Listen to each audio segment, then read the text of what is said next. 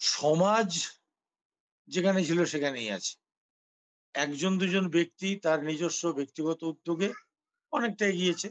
কিন্তু গোটা সমাজ যেখানে ছিল সেখানেই পড়ে আছে, বরং পিছিয়েছে বলা যায়।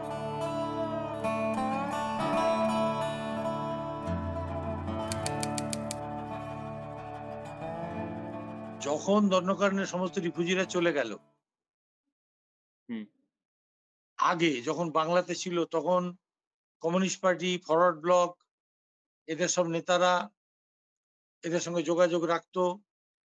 তোমরা দণ্ডকারণ্যে যাবে না। আন্দামান যাওয়ার বেলাও এরকম এরা আন্দোলন করেছিল। তোমরা দণ্ডকারণ্যে যাবে না, আন্দামান যাবে না। বাংলাতেই আমরা তোমাদের পুনর্বাসন দেয়াবো। তারপর যখন সেটা তারা করতে পারল না, যখন কিছু লোক আন্দামানেও চলে গেল, দণ্ডকারণ্যেও চলে গেল। তখন এরা দণ্ডকারণ্যের লোকদের সঙ্গে গিয়ে যোগাযোগ রাখতো, উস্কানি দিত, ফুসলানি দিত যে আমাদের সরকার যদি কোনোদিন ক্ষমতায় আসে তাহলে আমরা তোমাদের বাংলাতেই পুনর্বাসন দেব। তো যখন যুক্তফ্রন্ট সরকার ক্ষমতায় এলো, এখান থেকে রাম চ্যাটার্জি গেছিলেন ওখানে। ওখানে গিয়ে সমস্ত লোকদের বলেন যে, "এবার তোমাদের মিত্র দল ক্ষমতায় এসে গেছে, মিত্র সরকার। এবার তোমরা বাংলায় ফিরে চলো। তোমাদের জন্য পুনর্বাসনের ব্যবস্থা হবে।" তো তার সেই উস্কানিতে দলে, দলে লোক চলে আসে। এসে ১ম এ থাকে হাসনাবাদ, তারপর নদী পার হয়ে তারা মরিচঝাপিতে চলে যায়।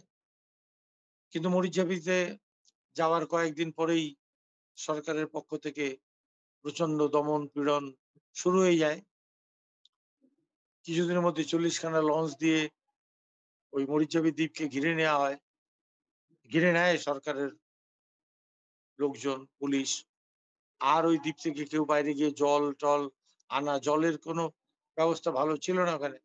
এবার জল-টল আনা, কোনো কাজে কর্মে যাওয়া কিছুই আর তারা করতে পারল না। তারপরে একদিন হামলা করল পুলিশ আর সিপিএম এর ক্যাডাররা। অনেকদিন ধরে চলল সেই হামলা। তারপরে তাদের সেখান থেকে খুন-খারাপি, অগ্নিসংযোগ, বলাৎকার নানা ধরনের ঘটনা ঘটিয়ে তাদের সেখান থেকে উচ্ছেদ করা হলো। সমাজ যেখানে ছিল সেখানেই আছে। একজন দুজন ব্যক্তি তার নিজস্ব ব্যক্তিগত উদ্যোগে অনেকটা এগিয়েছে।